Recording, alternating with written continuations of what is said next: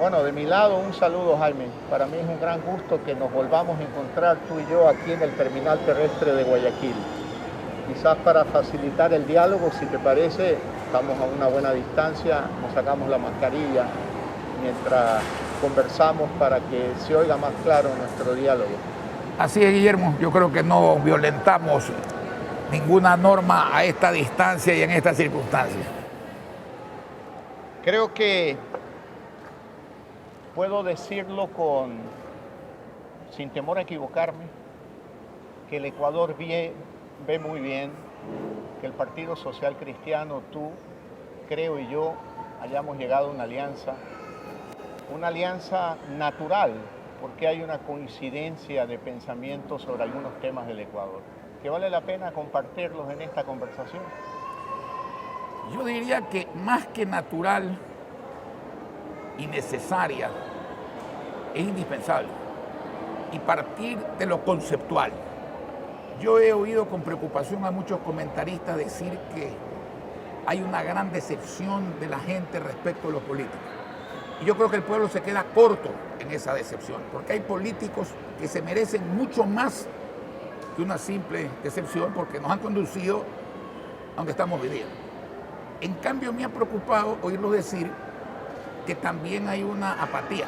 Y yo cariñosamente, con el respeto que yo le tengo al pueblo ecuatoriano, debo decirles que si eso fuese cierto, sería un gravísimo error.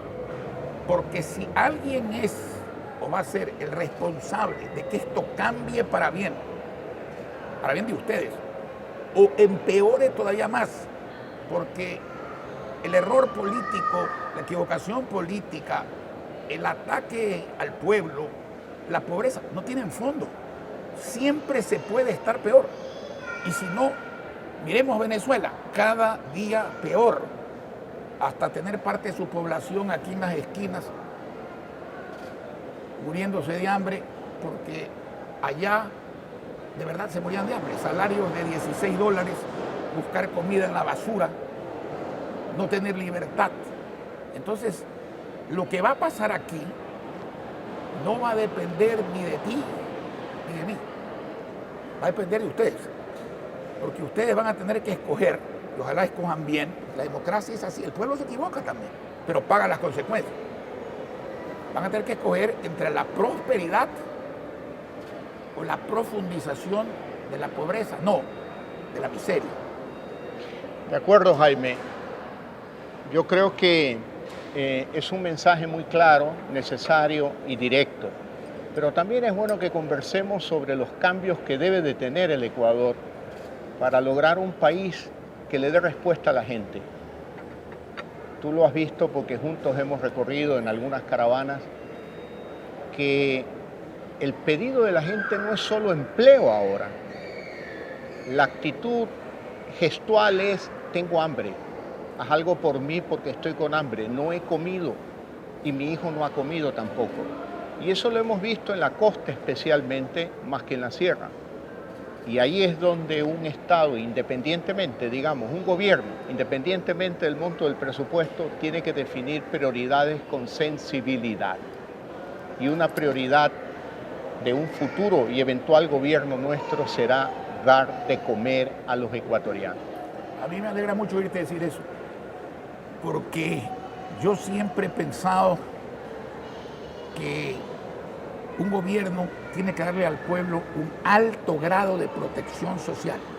Siempre, aún en la bonanza, no digamos en esta circunstancia donde, como tú anotas por primera vez, veo esa señal de no tener comida. He oído también decir: aquí nadie se ha muerto de inanición. Gracias a Dios, no. Pero es que no se necesita morir de inanición para tener hambre. Así es. Porque si alguien debe comer 3 veces al día, como es natural, y come una vez y come mal, no se va a morir. Pero se va a desnutrir, se está mal alimentando y definitivamente tiene hambre. Yo creo que un cambio positivo se impone, pero pienso que el primer cambio es cambiar de gobernantes y de modelo de gobierno. Este es un Estado perversamente concebido, un Estado que se sirve de la gente en vez de servir a la gente. Correcto. Si no se cambia ese modelo, es imposible hacer lo que hay que hacer. Y por eso, al menos a mí, y estoy seguro porque te he escuchado, De nosotros no van a oír nada peyorativo respecto de otros candidatos. Yo ni siquiera los conozco. A uno o dos conozco. Pero sí conozco y a fondo lo que proponen.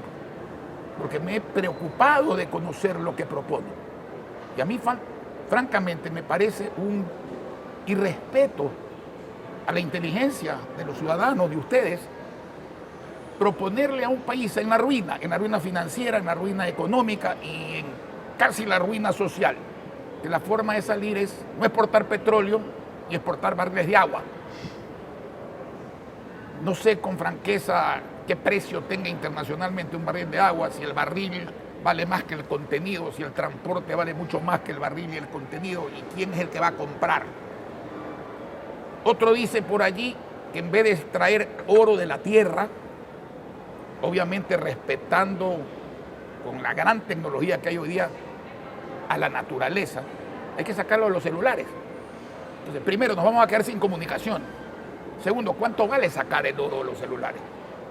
Vale más que el oro que sale de los celulares. Desdolarizar.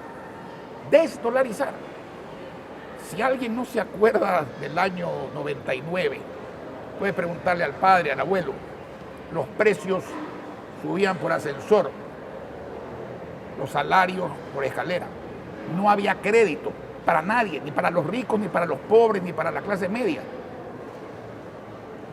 Quebraban las empresas, no había ingresos.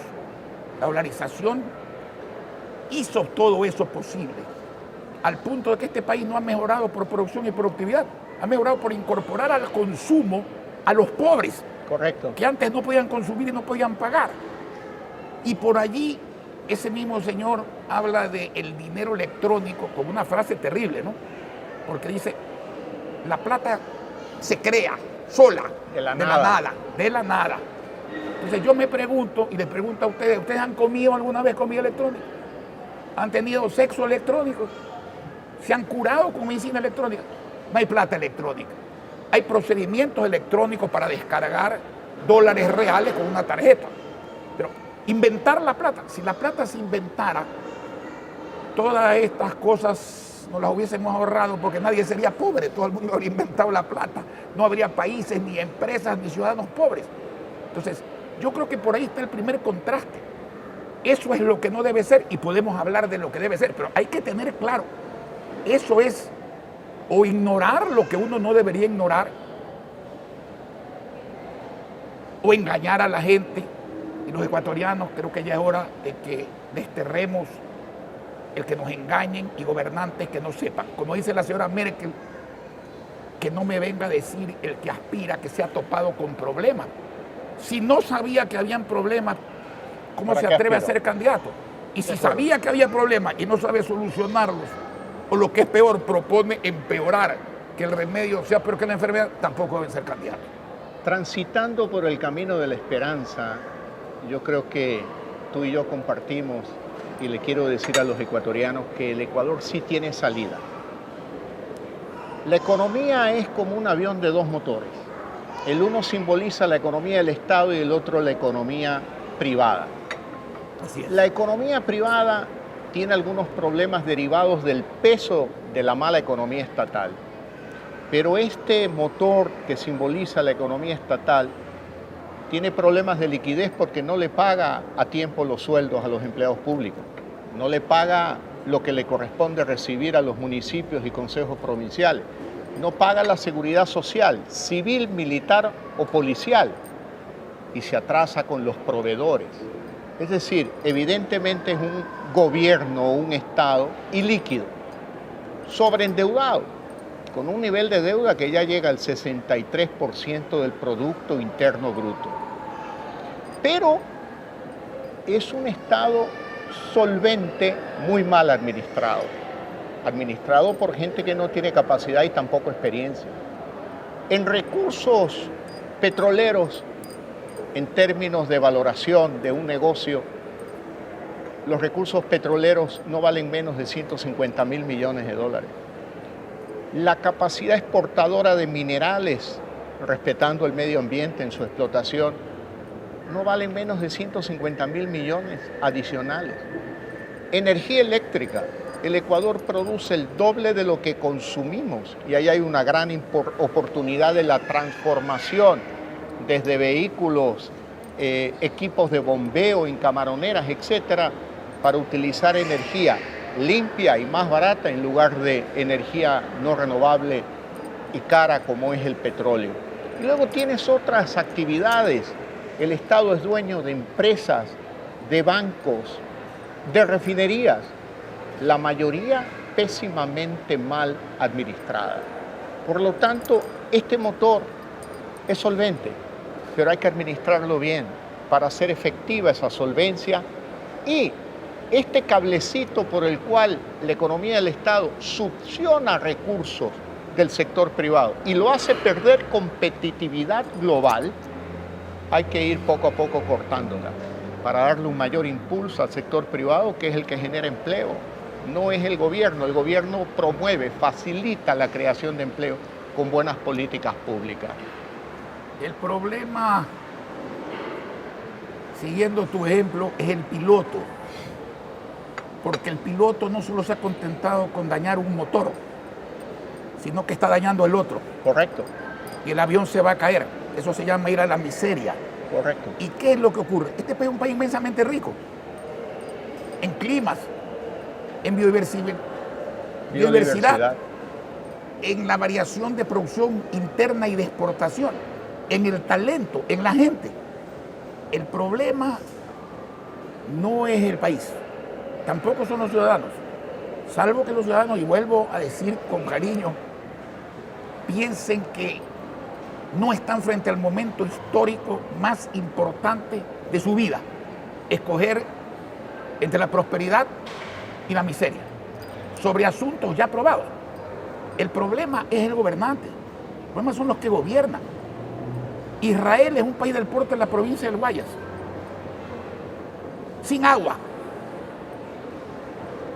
sin petróleo, con cerebro, esfuerzo, dedicación. Así es. Y sacrificio. Entonces, el grave problema aquí es liquidar este modelo de Estado. Un modelo de Estado, tú lo has dicho de otra manera, es un modelo de Estado que no entiende que los que hemos estado en el servicio público somos empleados del pueblo. No es que el pueblo es empleado nuestro. ¿Qué hace un buen administrador? El empleado respecto del dueño, en este caso el dueño de la democracia. Gastar lo menos posible para entregarle al dueño del negocio, en este caso de la democracia, al pueblo, de vuelta su plata en obras y servicios. Aquí pasa lo contrario. Como no les alcanza, entonces se endeudan y siguen dilapidando. Como tampoco les alcanza, entonces se ponen impuestos, ya solo falta el aire que respiramos. Y como tampoco les alcanza, parece mentira, entonces hay que tomar la plata de los fondos de cesantía de los maestros, la plata del encaje bancario que es de los ciudadanos que está depositada en el Banco Central, el IVA de los gobiernos autónomos descentralizados, las rentas de las prefecturas, los municipios y las juntas parroquiales. Hay que saquear al país. Hay que tomar, como tú lo decías, ese 20%, una quinta parte de nuestro salario, se lo entregamos los empleados públicos y privados mensualmente. 500 millones de dólares, ahora debe ser un poco menos porque se han perdido 300 y pico mil empleos al Seguro Social. Yo pregunto si eso es un banco, es nuestro dinero. La palabra Seguro Social no debería existir, porque lo hacen aparecer como que es un ente estatal, y ese es uno de los pecados del Fondo Monetario Internacional, que dice que hay que netear la deuda del seguro. Bueno, el seguro somos nosotros. Que es distinto del gobierno y del Estado. Nos deben la plata es nuestra. Esa plata hoy día es un impuesto al salario, caja chica del gobierno, ni siquiera para pagar la deuda interna, que es la que mueve la economía, sino la deuda externa. Y eso tiene que cambiar, porque ese asalto a los ecuatorianos se tiene que detener. Ese es el cambio. Mira, tan cierto es lo que tú dices, que cuando vamos a las cifras de empleo, podemos afirmar con precisión que apenas 3 de cada 7 ecuatorianos en condiciones de trabajar tienen un empleo formal. 3, 7, la gran mayoría, el 70%, como lo queramos ver, no tiene un empleo formal en el Ecuador. Y una sociedad que no genera empleo es una sociedad que no tiene un destino cierto. próspero, positivo. Yo creo que el modelo de los últimos 14 años ha agravado el problema de la falta de empleo en el Ecuador, que es uno de los problemas vitales que debemos enfocar. Por eso yo insisto y digo, la manera de solucionarlo es promoviendo la inversión. Así es. Y en este caso es la inversión del sector privado. ¿Por qué? Porque el Estado no paga ni los sueldos al día. ¿Cómo va a construir la carretera Machala-Guayaquil? No tiene recursos. Hay que concesionar la carretera para que el sector privado venga, construya la carretera, reciba el legítimo ingreso que le corresponde y los ciudadanos disfruten de servicios públicos y que puedan llegar a Machala en 1 hora y media y no en 4 horas como le toma ahora. Tenemos que promover la inversión, tanto en infraestructura pública como también en el sector privado, que es la única manera de generar empleo. Yo decía, cuando anunciemos el inicio de la construcción de la carretera Machala-Guayaquil o Guayaquil-Machala, como lo queramos ver, habrá empleo para un maquinista, habrá empleo para el albañil, habrá empleo para el carpintero, habrá empleo para el herrero, habrá empleo para aquellos trabajadores de la empresa de tamaño medio que confecciona los uniformes de los obreros, de los trabajadores en la carretera, de aquella empresa pequeña que vende los cascos de seguridad, y habrá oportunidad de ingresos para aquella mujer ecuatoriana, madre soltera, madre abandonada por su esposo, discriminada, estigmatizada. Las que más sufren la falta de empleo son las mujeres en el Ecuador. Ella podrá de nuevo cocinar corviches, hacer cualquier delicia, ponerla en un canasto, mandar a su hijo a vender la comida, los jugos, las colas, en los campamentos de construcción de la carretera. Por lo tanto, tienes a la gran empresa, a la mediana empresa, a la microempresa, solo con la inversión. No hay otra fórmula. A mí me decían, ¿y usted que es mago o tiene una varita mágica para arreglar los problemas del Ecuador? Y yo contesté en Esmeralda, yo no soy mago, no tengo la varita mágica, pero lo que sí tengo es 50 años de experiencia y capacidad en resolver problemas tanto en el sector privado como en el lugar donde tú y yo estamos, que es el terminal terrestre de Guayaquil. Capacidad y experiencia, teniendo claro lo que tú acabas de decir. El funcionario público es un empleado del pueblo. Y al igual que en un negocio privado, si metes por aquí $1, debes de sacar acá $1.20 o 30 por lo menos. Pero en el sector público metes $1 y te devuelven 20 centavos, porque los 80 centavos se perdieron. Si es que no te sacan otro dólar. Si no te sacan otro dólar, ineficiencia y corrupción. Yo creo que el tema del empleo y la inversión son dos palabras claves, que no son varitas mágicas, sino realidades que pueden cambiar la vida de los ecuatorianos. Mira, la capacidad y la experiencia, al igual que la honestidad, para mí no son méritos. Son requisitos, que es peor. Yo me pregunto, un niño de 7 años le entrega su pequeña bicicleta nueva a un compañerito que no sabe manejar una bicicleta. No. ¿Alguien se embarcaría en un avión cuando el piloto es lechero? No. Pero el país se lo entregamos a cualquiera, sin darnos cuenta de que el país somos nosotros también. Así es. Es decir, no también, solamente. El también es más bien la consecuencia. Y eso es sumamente grave, sumamente grave. Hay algo que yo quiero destacar en esta conversación, y esto un poco va dirigido a aquellos que hacen los análisis políticos solamente desconectados de la realidad territorial del Ecuador. En la década de los 90, el gran debate político era justicia social o crecimiento económico. Después de meditar mucho en estos temas, y tú lo has demostrado como funcionario público, la justicia social y el crecimiento económico son dos caras de la misma moneda. No hay un dilema, son complementarios. Tú no puedes tener un crecimiento económico olvidándote de los sectores más pobres de la sociedad. Y no puedes solo pensar en los sectores más pobres si no generas riqueza para atender sus necesidades. Evidentemente, yo he oído alguna vez decir, yo duermo con los pobres. Ayer he dormido en la casa de fulanita de tal, en el barrio pobre tal. Grave error. Los pobres no quieren que tú, el presidente, duermas con ellos porque no tienen espacio ni para que duerman los hijos, peor para que duerma el mandatario. Yo lloro con los pobres. Los pobres no quieren que lloremos juntos. Los pobres quieren tener una casa mejor. Y los pobres quieren dejar de llorar. Y si eso no se entiende, y desgraciadamente mucha gente que debería entenderlo y que tiene el corazón en el bolsillo, no lo entiende. Y no se dan cuenta de que hacer el bien y hacer obra pública y dar servicios públicos, y ahora a la gente, es la misión del político, servir. Pero se necesita plata, pues. Sin plata no lo puedes hacer. Así es. Y si solamente haces plata como Estado y liquidas al pueblo, ni siquiera tienen la inteligencia para darse cuenta de algo muy sencillo. Si no lo hacen porque no tienen corazón suficiente, háganlo por mezquindad, porque están matando a sus clientes. Cuando el señor Ford hizo el modelo T, más de la mitad de los grandes empresarios americanos se fueron contra Ford, no por hacer el vuelo T, sino por subirle el sueldo a los empleados. Y su respuesta fue sencilla: a mí no me pueden decir comunista, pero no me digan tonto. ¿Y a quién le vendo los automóviles si la gente no tiene cómo comprarlos? Si tú no creas mercado, si no hay crecimiento, no solo si no hay empleo, porque a mí me alegra oírte hablar no de dar empleo. No conozco ningún político en ninguna elección, por mentiroso que sea, que no diga lo mismo. La gran pregunta es la que estamos aclarando. ¿Dónde está el empleo? ¿Dónde se trabaja?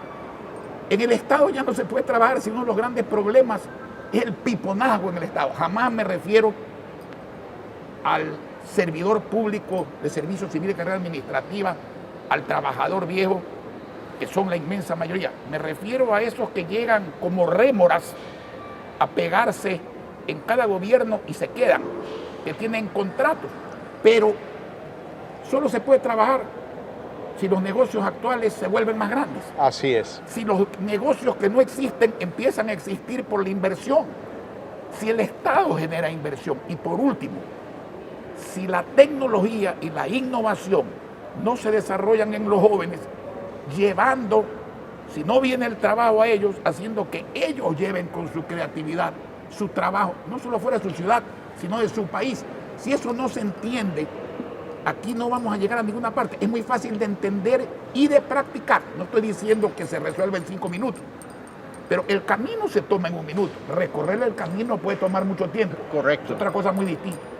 Mira tú, hablando de empleo y hablando de dónde está el empleo, es decir, dónde hay que invertir para generar empleo, yo le doy mucho énfasis al sector agropecuario, al campo, porque es el sector que más empleo genera para la sociedad ecuatoriana y es el sector más olvidado por parte de las políticas públicas en los últimos 14 años en el Ecuador. Hay que invertir en el agro. Por eso lo que yo propongo es primero dar crédito al 1% de interés. Me han dicho que eso es un subsidio. Sí, señor, es un subsidio, pero es un subsidio que lo dan todos los estados. ¿Tú sabes cuánto gasta Estados Unidos de Norteamérica en subsidiar la agricultura y la ganadería? $1.000 millones al día. De acuerdo. La Unión Europea, 65.000 millones de euros. ¿Y por qué lo hacen? Porque es mucho más barato subsidiar al campo que a la ciudad. Porque si no subsidiaran tendrían graves problemas. El problema es subsidiar endeudándose, dilapidando o robándose la plata del subsidio, que es una cosa muy distinta. De acuerdo. El subsidio en este caso en 1.000 millones no pasaría de $10 millones. Nada. Que es nada frente a un presupuesto del gobierno de $27.000 millones. Y tú que tienes experiencia en la administración pública, administrando severa escasez en momentos duros del Ecuador, coincidirás conmigo en que los problemas se resuelven cuando uno tiene la visión clara sobre las prioridades que hay que llevar a cabo. Y una prioridad es el sector agropecuario. ¿Por qué 30 años si el ciclo corto son 120 días? ¿Y cómo desarrolla la infraestructura?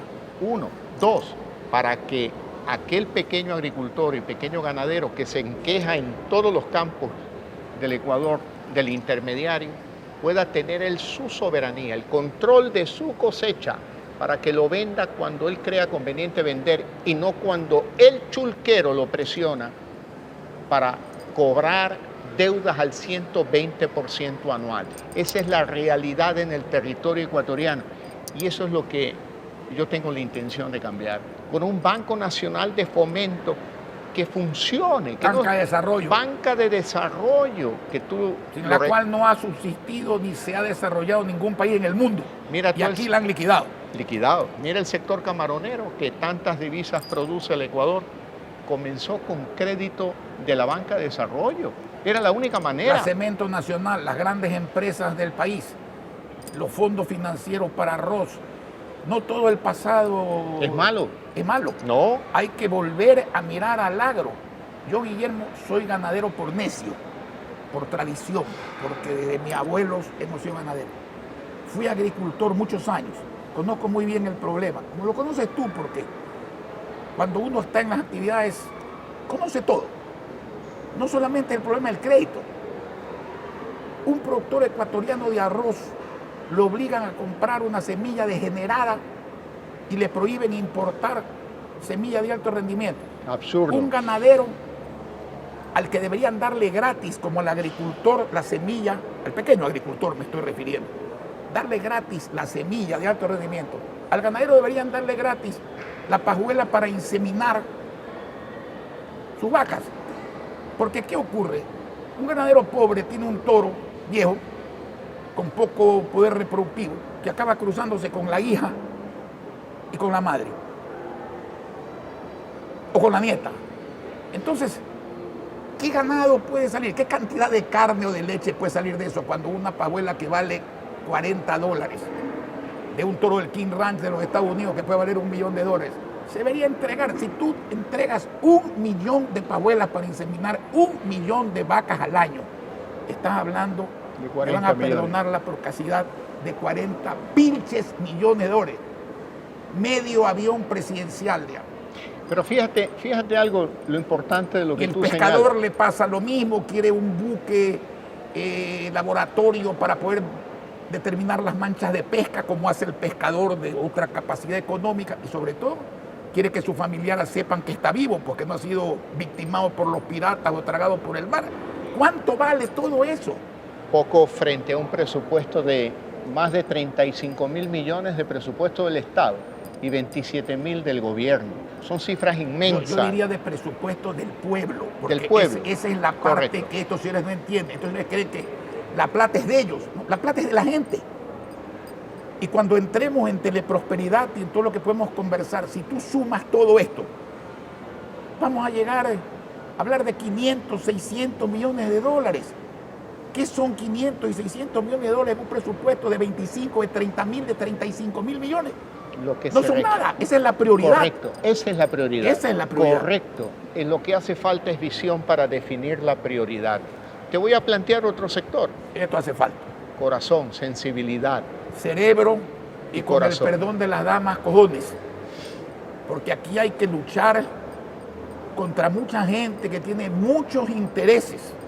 Unos políticos, otros económicos, unos nacionales, otros extranjeros.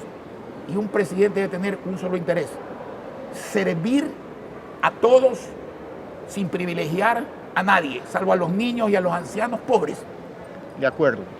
Ahora mira otro sector que lo utilizo como un ejemplo para decir la prioridad de un futuro gobierno nuestro será el ingreso de la familia ecuatoriana, no el ingreso al gobierno.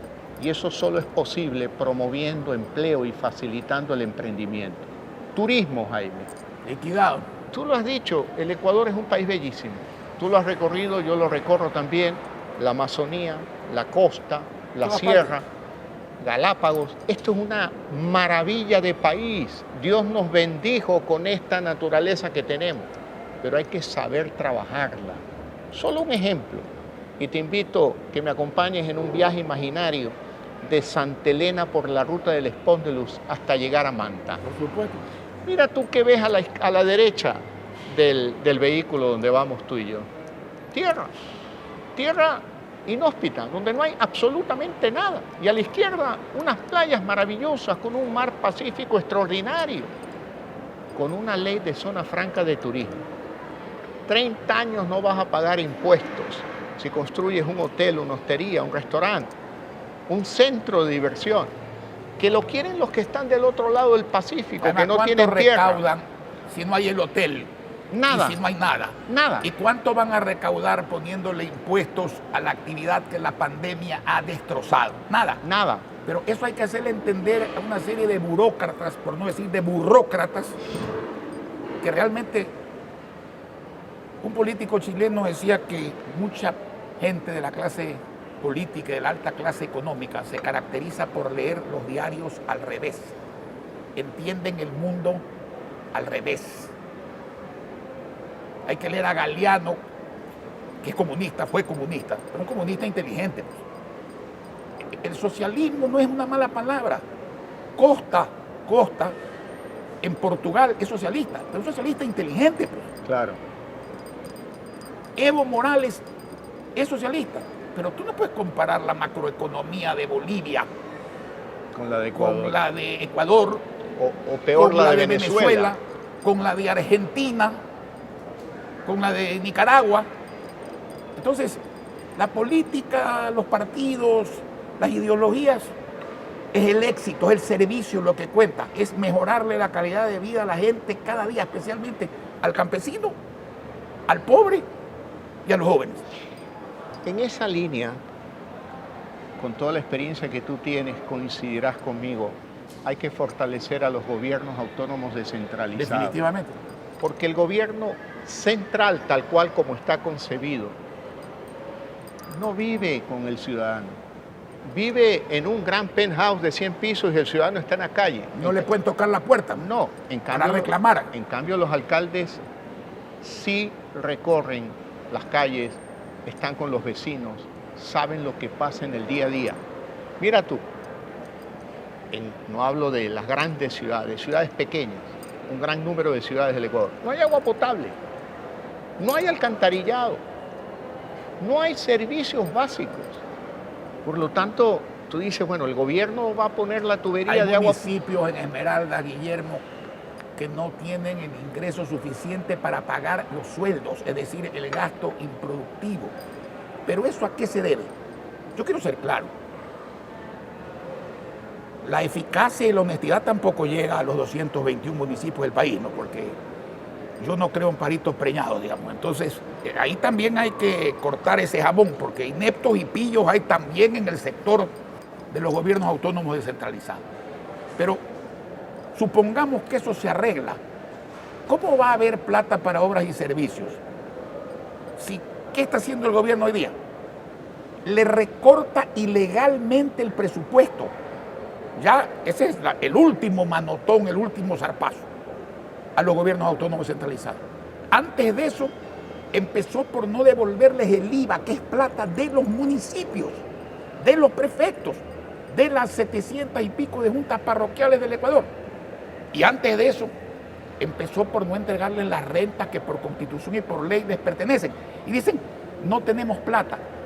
Miren, ciudadanos, no todos ustedes van a votar por el señor Lazo, no todos ustedes van a votar por la lista 6, pero sí van a coincidir en algo. Somos los únicos que los defendemos y decimos las cosas claras. Voten ustedes por quien crea cada uno de ustedes que debe votar. Pero si ustedes no protestan, si ustedes no se paran firmes, si ustedes no evitan esto, nunca más deberían ser reelectos. Porque ustedes están dejando, salvo excepciones que las hay, y algunas, que el Estado disponga arbitrariamente de la plata del pueblo. No es del municipio ni de la prefectura. El Estado es un recaudador. El Estado no puede alegar su crisis para cogerse la plata ajena. El Estado debe decir, estoy en crisis, me toca esto de la recaudación, pero el 21% de los ingresos de los impuestos y el 10% de los ingresos petroleros le corresponden a los pueblos, a ustedes a través de sus alcaldes y prefectos. Se lo cogen, como se cogen el IVA. Entonces, ¿a quién están perjudicando? Al servicio. Por eso no hay agua, como tú decías, en muchas partes, por eso no hay alcantarillado, por eso no hay parques, por eso no hay diversión gratuita, por eso no hay atención a la salud, por eso no hay libros gratis, por eso no hay tecnología. Eso tiene que acabar, pero eso lo puede acabar la gente. Hay que hacer esa interrupción a cada rato porque tenemos que sacar algo de provecho de esta conversación. Y decirle a la gente, la responsabilidad la tienen ustedes, señores. Voten bien o no se quejen. Porque el que vota bien, por último, queda con el derecho moral de pelear y de seguir defendiendo. Pero el que ha sido cómplice pasivo de que esta debacle se profundice y que la pobreza colectiva se empeore, mala cosa. Hay que votar pensando, señores, en el futuro personal, en el futuro de la familia, en el futuro del barrio, de la ciudad y del país. Y esa responsabilidad no es de los candidatos, esa responsabilidad es de los electores. De acuerdo.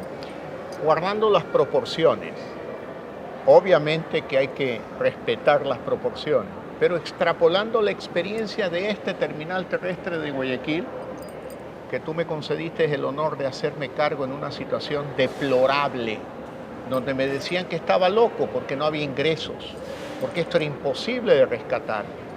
Bueno, nos hicimos cargo y tú fuiste testigo de cómo, estableciendo prioridades, el dinero apareció al mes. Al mes la tendencia de unos ingresos que permitieron continuar el proceso. En esa época el dinero provenía de deudas. Así es. La seriedad trae consigo el crédito. De acuerdo. Y luego la eficacia permite pagar el crédito. Al punto de que tú hiciste un gran trabajo en la construcción, te retiraste poco después, pero esa semilla fue creciendo, se fue administrando. Esta debe ser la única institución del Ecuador, ni siquiera el municipio de Guayaquil, que no le debe nada a nadie. Pagó, el municipio le prestó, tú recuerdas, 25 millones de dólares. Nos pusimos al último porque era lógico pagar primero a la CAF, pagar a la banca. Le cobré hasta el último centavo al terminal terrestre, siendo un hijito del municipio. Pero los hijitos tienen que pagarle al padre para que aprendan a trabajar y para que aprendan a ser serios. Sí, pero tenemos hoy una infraestructura pública que da servicio de primer mundo. Así es. Es el centro comercial más grande del Ecuador. Y el jardín, patio de comidas más grande del Ecuador 50 también. millones de visitas entre viajeros y compradores. ¿La pandemia ha detenido esto? No. La pandemia ha afectado esto, sí, porque los ingresos se han mermado. Pasará la pandemia. La eficacia no debe pasar. La solidaridad no debe pasar. La honestidad no debe pasar. Entonces, ahora todo es culpa del coronavirus. El coronavirus mata, afecta a los pulmones, no afecta a la honestidad, ni al cerebro, ni a la capacidad, ni a la experiencia. En pleno coronavirus se pueden hacer cosas. Hemos demostrado, claro, eso no puede decir el que nunca ha hecho nada o el que lo ha hecho todo mal, que es lo peor. Pero otra vez, ¿no? Es decir, que esta conversación sirva para orientar. ¿A quién? A ustedes. Lo señalo con el dedo, con la mano, con educación. Es simplemente que quiero que reflexionen. Aquí no está en juego el futuro de Guillermo Lasso, ni el futuro de los candidatos asambleístas, el de ustedes. No digo el mío, yo no aspiro a hacer nada, yo no voy a ser ni conserje, digamos. De manera que aquí estamos para servir, eso es una vocación, pero el pueblo tiene derecho a exigir eso al mandatario. Como decía Reagan en un famoso discurso, aquí hemos tenido una veintena de constituciones, todas violadas. Estados Unidos tiene una, se resume en 3 palabras, we the people. Lo dije el 9 de octubre, nosotros el pueblo. Y él decía, aquí, es decir, en Estados Unidos, el pueblo le dice al gobierno qué hacer, no el gobierno al pueblo qué hacer. Y a eso tiene que acostumbrarse el pueblo ecuatoriano, a mandar. Mandar no es ser empleado público. Mandar es hacer que los gobiernos respondan al pueblo. Y aquí un pequeño paréntesis. Has hablado del empleo y de cómo dar empleo. Pero aquí hay mucha gente que no aspira a tener empleo. El que tiene una vulcanizadora no quiere ser empleado, el que tiene un salón no quiere ser empleado, el que tiene un taller de costura no quiere ser empleado. El profesional normal escogió una actividad libre para no ser empleado. El taxista no es empleado.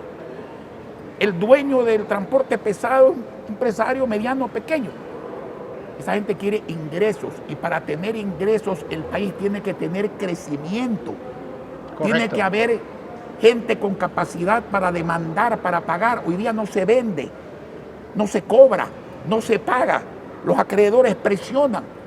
Entonces, yo me pregunto, ¿estas cosas son difíciles de entender? No. No son difíciles de entender.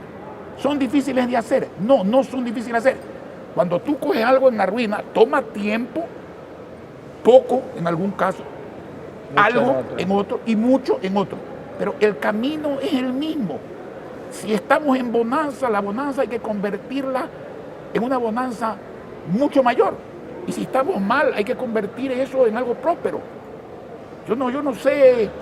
Mira tú el tema, cambiándonos un poco de sectores, la salud. Mira tú, el presupuesto de salud del Ministerio de Salud Pública del Ecuador es cerca de 2.900 millones del 2020. Y el presupuesto de salud de la Seguridad Social son 1.900 millones en el 2020. Juntos, porque hay que verlo de esa manera, no separado como se ha visto tradicionalmente en el Ecuador. Son cerca de 4.800 millones de dólares. Eso es mucho dinero, pero los servicios de salud públicos son pobres, son deplorables. No, hay que preguntar directamente al pueblo. ¿Hay salud? No hay salud. ¿Hay equipos suficientes? No, no lo hay. ¿Los equipos que existen están en buen estado? ¿Hay medicina? No hay. Bueno, lo que hemos pasado revela que lo que estamos hablando es una verdad que estaba oculta y que ahora salió a flote. Simplemente como eso. Y lo mismo es en seguridad Y en educación. y en educación. Confundimos tener maestros Con con educación. tener educación y tener innovación. ¿Y dónde están las computadoras? ¿Y dónde están los libros gratis? ¿Y dónde está el teletrabajo y la tecnología familiar gratuita, como hemos llamado ese programa que tú has acogido y que tiene 400.000 computadoras a instalarse en 400.000 hogares pobres con conexión directa también gratuita como el computador, para darle a 1.600.000 ecuatorianos teleemprendimiento, teleentretenimiento, teletrabajo e idiomas? ¿Cuánto vale eso? Ya lo dijimos, 150 millones de dólares. 150 millones de dólares, el 2 por mil. Una 200ava parte del presupuesto. Sí, es No, una... Es cuestión no hay prioridad. Es cuestión de prioridades. No hay prioridad. Pero hablemos de otro tema que para mí detiene el desarrollo del Ecuador, porque ahuyenta la inversión. La inseguridad que tenemos en el país. Jurídica y física. Jurídica y física. Pero hablemos de la física. Hablemos de la física. ¿Quién no vive con temor en todo el Ecuador, en zona urbana, donde la policía puede llegar frente a una emergencia? Pero los pequeños, no los pequeños, todos los agricultores, todos los ganaderos, todos los camaroneros, viven con una incertidumbre muy grande, pues, porque viven acorralados por la delincuencia, con un Estado que no les permite defenderse. En unos territorios, el campo me refiero, en la costa, la ruralidad, en la sierra, donde no llega la policía ante un llamado de emergencia. Y donde llega la policía pasa lo mismo. Porque la policía sabe que no tiene respaldo, no de la ley. Esto hay que aclararlo. La ley es clara, la ley respalda al policía. Hay ministros de gobierno cobardes que no respaldan al policía. El policía acaba su misión cuando entrega al reo a la justicia. Si al policía le disparan y el policía llega a contestar, el enjuiciado es el policía. Porque al reo, los malos jueces y los malos fiscales, que hay y muchos, aunque también hay muchos muy honestos, hay que decirlo, sin generalizar, ese sale inmediatamente. El policía no puede usar sus armas. El Absurdo. policía está decepcionado porque hay reos que tienen 5, 10, 15, 20. Conozco un caso en la provincia del Oro, no sé si ha sido superado. 57 libertades con 57 detenciones. ¿De qué estamos hablando? La tenencia y el porte de armas no es un invento ni tuyo ni mío, Así es. ni de los ganaderos ni los agricultores que nos han mandado sendas cartas gremiales, los pescadores artesanales, pidiendo que eso se ponga en marcha. Eso está en la ley, pero la ley le han hecho trabas para que no se cumpla. No se trata de que todo el mundo esté armado, no. Hay muy severos requisitos físicos, administrativos, psicológicos. El problema es que lo entorpece y le han dado un mensaje a la delincuencia. ustedes están armados, nadie les pide permiso, los revisan, entre comillas, la sociedad, sus víctimas, está desarmada. No hay riesgo en ser delincuente. El poder es más bien disuasivo que cuantitativo. Si un ladrón entra en una casa y presume que allá hay alguien armado, piensa 2 veces en entrar. Si alguien se te acerca en la ventana de un vehículo con un revólver, lo mismo. Pero si sabe que nadie va a responder, independientemente de que adentro haya o no alguien armado. Sí es bueno en este punto de la conversación diluir el escándalo que en algunos les produce una política pública que facilite la tenencia de armas en los sectores rurales, sectores campesinos del Ecuador. Tú lo sabes y lo sabes muy bien. El agricultor sale a sus labores a las 4 de la mañana. Deja en su casa a su esposa, a sus hijos. Esa familia son víctimas del asalto. Al final del día el dinero se puede recuperar, la vida no. Y peor aún, la dignidad de un agricultor. El trauma de la violación, no. Correcto. El trauma de la violación, no. Entonces tenemos que darle, no es el arma, para que la gente entienda bien, lo que queremos darle es seguridad. Que nace de aplicar el derecho a la defensa. Que está previsto en la ley. Y yo te voy a decir algo. Yo respeto, uno con el tiempo se vuelve tolerante a la crítica y a la opinión adversa. No por eso se contagia de eso, necesariamente, que son cosas distintas. La delincuencia tiene causas, sí tiene causas. Yo pregunto, ¿el violador viola por hambre? No. El violador viola por hambre. Si el violador no va a la cárcel largo tiempo, sigue violando. Sigue violando. Entonces, aquí hay 2 problemas. Uno es el del garantista. Y yo creo que hay que ser garantista. Pero hay que ser garantista mirando con ambos ojos. No solamente el violador tiene derechos humanos, los tiene. Aunque sea execrable, aunque haya violado a una niña de 3 años, que pasa y mucho, tiene derechos humanos. Pero las víctimas también tienen derechos humanos. Totalmente. El garantismo, entendido como lo entienden algunos, no mira los derechos humanos de las víctimas. Y por otro lado, aquí también hay un negocio. Si un señor viola y sale, viola y sale, viola y sale, secuestra y sale, su abogado no solamente tiene un número X de clientes, sino que tiene a ese cliente varias veces ocupando sus servicios. Si el violador no sale, perdió el cliente y perdió la repetitividad del servicio. A mí me gusta hablar en castellano, pero preguntémosle a la gente, pues, no a los filósofos que yo respeto. Preguntémosle a la gente qué piensa. Y actuemos como quiere la gente, porque el dueño de la democracia es el pueblo. No somos ni tú ni yo, los ciudadanos, ni los filósofos, ni los garantistas. No, el ciudadano. Y hay que preguntarle al ciudadano. Pero aquí, en este país, al que pregunta para decidir y mandar, le ponen trabas. Pero al que atropella al dueño de la democracia, no le ponen trabas. Ni cuando está en el poder, ni cuando es delincuente. Aquí hay una delincuencia armada y un ciudadano desarmado. Ni siquiera hay un empate. Hay una aquel dicho, inequidad total el tigre suelto y la burra amarrada. Claro. Ese es el tema. Claro. Yo creo que hemos tocado muchos temas en esta conversación, Jaime. Faltan muchos más por tocar. Nos quedaríamos probablemente más de 2-3 horas conversando sobre la realidad del Ecuador. Pero si intentamos hacer un resumen de lo más medular y fundamental es, tenemos que arreglar la economía sin matar a la dolarización, todo lo contrario, fortaleciendo la dolarización. Sería terrible. Tenemos que establecer prioridades en el campo social, el hambre, el empleo, la salud, la educación y la seguridad de los ciudadanos ecuatorianos.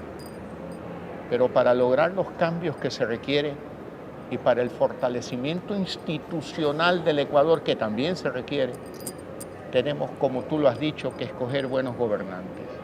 Con la más buena intención, yo me he presentado por 3ª ocasión en esta agradeciendo tu apoyo y del Partido Social Cristiano. Y es una opción que pretende solucionar, enrumbar al país. No es que vamos a arreglar todos los problemas y vamos a convertir un infierno en un paraíso en 24 horas. Eso no es verdad. Pero en 4 años podemos dejar a un país enrumbado. Que siga por el camino de la sensatez, del sentido común, de la lógica, teniendo claro que aquí está el ciudadano y aquí abajo el gobierno, no lo que hoy existe. ¿Cuántos minutos llevamos hablando? Llevamos hablando 60 minutos. Bueno, ¿por qué traigo esto a colación? Porque he oído a alguien criticar, tergiversando lo que dijiste, de que tú vas a arreglar este país en 100 minutos. Tú no dijiste eso. Fuiste generoso con el tiempo. Porque aquí en 60 minutos hemos demostrado que tú, que Dios quiera y el pueblo quiera que sea el presidente, más allá de diferencias que podemos tener, porque la gente inteligente tiene diferencias. Las ovejas solo tienen diferencias con el pastor hay veces, y no necesitamos pastores. Aquí hemos demostrado que se sabe qué hacer, y eso no demora 100 minutos. Hacer lo que se sabe que se debe hacer toma tiempo.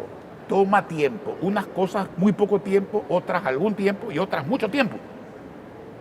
Pero el tema es, ¿qué pasa aquí si se elige a alguien que no sabe qué hacer? O lo que es peor, que va a volver a hacer mal lo que ya hizo mal para empeorar la situación. ¿De quién? De los ricos, no. A los ricos los va a golpear, pero los ricos no van a dejar de comer, no van a dejar de educar a sus hijos, no van a dejar de tener dónde enterrar a un deudo, no se les va a quedar el hijo fuera del colegio, no van a dejar de curar a la madre cuando se enferma. La clase media se hace pobre y los pobres sí van a tener dificultades, todo eso. Un buen amigo mío me dijo una frase que yo nunca olvido. Cuando yo leo tantas cosas, y muchas de ellas ciertas, y muchas de ellas importantes, siempre me hago una reflexión, me acuerdo de esa frase. Me dijo, en política, llámese en votos, lo que importa es lo que no deja dormir al ciudadano. Correcto. Y nadie deja de dormir si es que va a haber o no va a haber una asamblea constituyente, o si se va a reformar el artículo tal de la Constitución. No. La gente deja de dormir por este tipo de cosas. Y esa es la prioridad social y económica que hay que resolver. Que la gente viva bien, sea próspera y que vea que cada día va viviendo mejor. La gente no quiere milagros, no cree en los milagros. Ya no cree, hay veces, ni en lo que debe creer. Ni en la magia que no existe. Pero si la gente va viendo nacional e internacionalmente que se progresa, todos anticipan el bienestar, aceleran la colaboración, viene el dinero sin esperar el final. Igual cuando se intuye que las cosas se van al diablo, y acelera entonces pasa al revés. Y acelera el proceso. Ahorra el tiempo. Así es. Círculo virtuoso en vez de círculo vicioso. Correcto. Así es. Bueno, creo que hemos producido una gran cantidad de material, Jaime. Fíjate tú, qué interesante, ¿no? No ha habido ningún periodista que... Tú y yo, como lo hemos hecho... Ni conversación previa tampoco. Tampoco. Y tú y yo, como lo hemos hecho muchos años en la vida, hemos conversado de estos temas. La diferencia es que hoy lo hemos hecho público, para que los ecuatorianos vean con claridad la intención de este proyecto político, las ganas de servir y la clara demostración tuya en administración y hay algo, pública. Guillermo, a lo que no hay que tenerle miedo. Y yo voy a empezar por mí. Yo no soy el mismo que era en 1984 cuando fui gobernador, ni en el 92, ni en el 96 que fui candidato a presidente, ni en el 2000, ni en el 2005, ni en el 9, ni en el 13, ni en el 19. No soy. Y lo mismo te ha pasado a ti. Tú Correcto. No eres el mismo que fue el gobernador del año 98, ni el candidato presidencial. Cuando tú tomas contacto con el pueblo y se trata de gente inteligente, hay algo que se aumenta. La inteligencia no aumenta, es natural. Los conocimientos aumentan. Y la sensibilidad, el corazón, también funciona mejor porque uno comprende el idioma, la necesidad y la desesperación de la gente. Y yo creo que en ese sentido los dos hemos avanzado y eso ha achicado nuestra diferencia. Yo nunca he tenido miedo de decir que yo de mi papá pensaba diferente. Eso no es ningún problema. No es ningún problema. El problema es cuando no hay capacidad para dialogar aún con los diferentes, porque el Ecuador del 21 requiere un gobierno de gran unidad nacional. Nadie se puede creer el dueño del Ecuador ni el dueño del gobierno. Que dialogue, que oiga, Correcto. pero que gobierne de acuerdo a la decida. promesa electoral. Correcto. Porque hay mucha gente que dice, ¿y a mí por qué no me han consultado? Señores, si eso es la elección, pues. Así es. Si usted tiene un plan de gobierno y la gente votó por usted, sí le consultó, pues. Porque no ha votado solo por el candidato, ha votado por lo que el candidato va a hacer. Hay ideas respetables que uno no ha tenido y hay que tomarlas, aunque vengan del adversario. Pero no porque salen unos señores a pretender que se cambien las cosas porque no se ha hecho lo que ellos han querido o porque el pueblo no los ha elegido. Hay que dejar de gobernar. De acuerdo. La mayoría tiene exactamente el mismo derecho que la minoría, o pongámoslo más drásticamente. La minoría tiene exactamente los mismos derechos que la mayoría, salvo uno, gobernar. El que gobierna es el que el pueblo eligió para que haga lo que dijo que iba a hacer. Y eso no hay que perderlo de vista, no hay que tenerle miedo. Porque el presidente de la República no es el secretario de la comunidad.